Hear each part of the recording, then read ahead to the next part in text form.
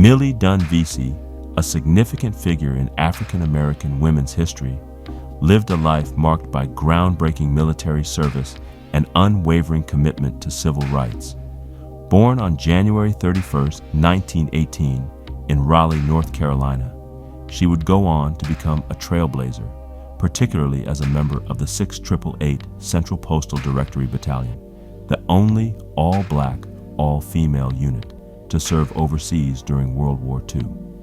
Veasey's legacy extended far beyond her military contributions, as she emerged as an active participant in the civil rights movement, shaping the trajectory of social justice in America.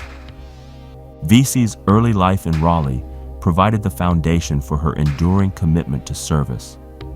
Raised as one of 6 children, her upbringing was steeped in a tradition of service, largely inspired by her grandmother, Millie Gunter Henry, who actively worked at Raleigh's First Baptist Church. This environment instilled in Veasey a sense of responsibility toward others, one that she would carry throughout her life. Her time at Washington High School and her subsequent work with the Wake County Extension agent further exemplified her early inclination toward service and leadership. It was the outbreak of World War II that marked a pivotal turn in Veasey's life. In 1942, she enlisted in the Women's Army Auxiliary Corps, which later became the Women's Army Corps. She was assigned to the 6888th Central Postal Directory Battalion, a unit tasked with ensuring that soldiers on the front lines received mail from their families back home. This seemingly simple mission had profound effects on morale, as letters from loved ones were essential to maintaining soldiers' spirits. The unit adopted the phrase, "No mail, low morale," underscoring the importance of their work. The 6888th Battalion was unique in its composition. It was the only all-black, all-female unit to serve overseas during the war. These women faced the dual burden of gender and racial discrimination, yet they persevered and achieved extraordinary success. Veasey's role in this battalion was crucial. She served as a supply clerk, ensuring that mail was properly sorted and delivered to the soldiers stationed across Europe.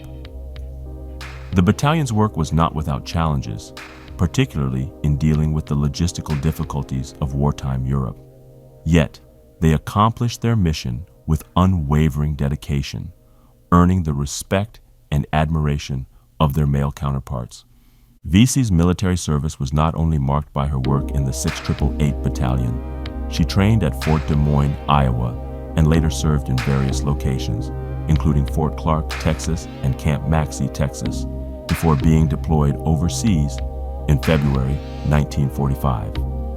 By the time she left the Army, she had risen to the rank of Staff Sergeant, a testament to her leadership and dedication. After returning home from the war, Veasey shifted her focus to education.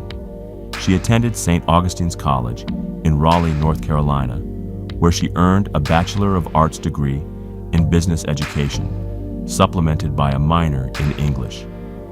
Veasey attended college using the GI Bill, a vital piece of legislation that allowed many veterans to pursue higher education. Her time at St. Augustine's was transformative. She worked as the executive secretary to the college's president, James Boyer, gaining invaluable professional experience. Her academic achievements were just the beginning, as Veasey later pursued a Master of Arts degree in Business Administration at North Carolina Central University. Veasey's professional career took a significant turn when she became an advocate for the civil rights of African Americans.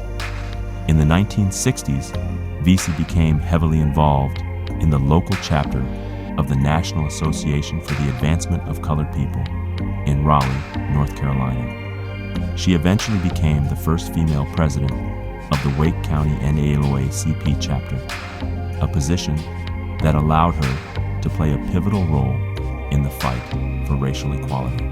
She worked alongside prominent civil rights leaders, including Thurgood Marshall and Dr. Martin Luther King Jr., the latter of whom she sat next to during the 1963 March on Washington. During her presidency, Veasey helped to organize protests and initiatives aimed at desegregating public facilities and promoting voting rights for African Americans. Her leadership in the NAACP was crucial in shaping local civil rights activism, and her efforts resonated on a national scale as well. Through her work, she helped to build a stronger, more unified community in Raleigh, one that sought to combat racial injustice at every level. In addition to her work with the NAACP, Veasey was active in several other organizations that sought to promote the rights of African Americans and women. She was a member of the National Federation of Democratic Women, where she worked to ensure that African American women had a voice in the political process. She also played an active role in the American Legion, advocating for veterans' rights and ensuring that the needs of returning soldiers were met. Her leadership extended into the Zeta Phi Beta sorority, where she held both national and regional leadership positions, furthering her commitment to social justice and women's empowerment. Veasey's career in education continued as she returned to her alma mater, St. Augustine's College, in 1965. She worked in various administrative roles, eventually retiring in 1986 as the Director of Career Planning and Placement Cooperative Education. Her time at St. Augustine's was marked by a deep commitment to guiding students and helping them find career opportunities after graduation. In this capacity, she helped countless individuals, particularly African Americans, achieve their professional goals and make significant strides toward economic empowerment. Veasey's legacy as both a military hero and a civil rights leader was recognized in several ways after her retirement. In 2018, just months before her death at the age of 100, she was honored posthumously by the Congressional Black Caucus Foundation with the Distinguished Veteran Living Legend Award.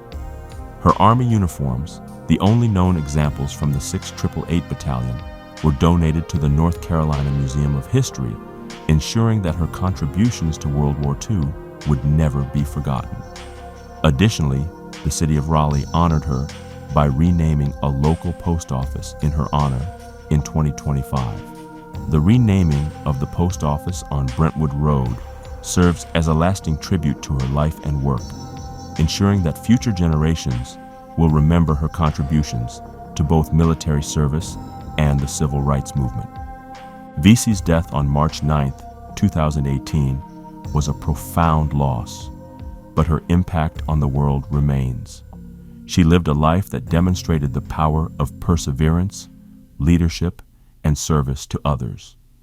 Her role in the 6888th Battalion, as part of the only all-black, all-female unit to serve overseas during World War II, represents a pivotal moment in American history, one in which African American women broke barriers and contributed to the success of the war effort.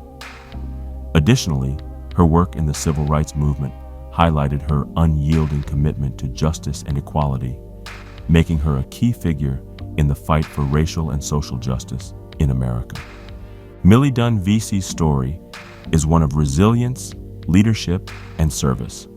From her early life in Raleigh to her military service in World War II, her educational accomplishments, and her leadership in the civil rights movement, she touched the lives of countless individuals. Her story continues to inspire and remind us of the importance of fighting for what is right, no matter the obstacles we face. Through her actions, Veasey proved that the power of one individual, armed with the right values, could indeed change the world. If you like this video and know someone in the military, please share it with them. Thank you for watching.